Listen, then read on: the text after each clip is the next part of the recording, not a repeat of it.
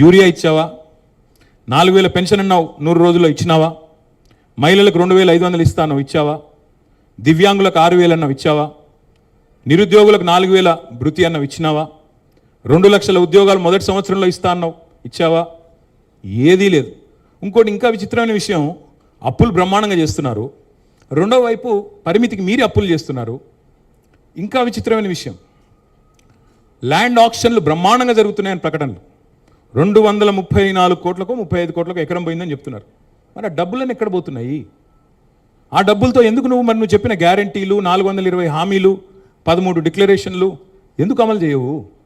ఎక్కడ పోతున్నాయి డబ్బులన్నీ? 4 లక్షల కోట్ల డబ్బులు.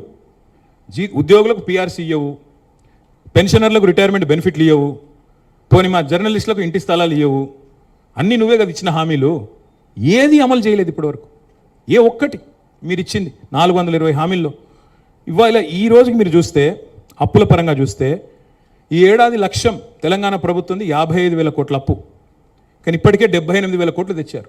అంటే 23,000 కోట్లు ఎక్స్ట్రా అప్పు తెచ్చారు ఆల్రెడీ. ఇది నా లెక్కలు కాదు. మీరు కావాలంటే దీన్ని నన్ను you can hold me to scrutiny, you can call any of the financial experts. మీరు పిలవండి, నేను కూడా వస్తాను.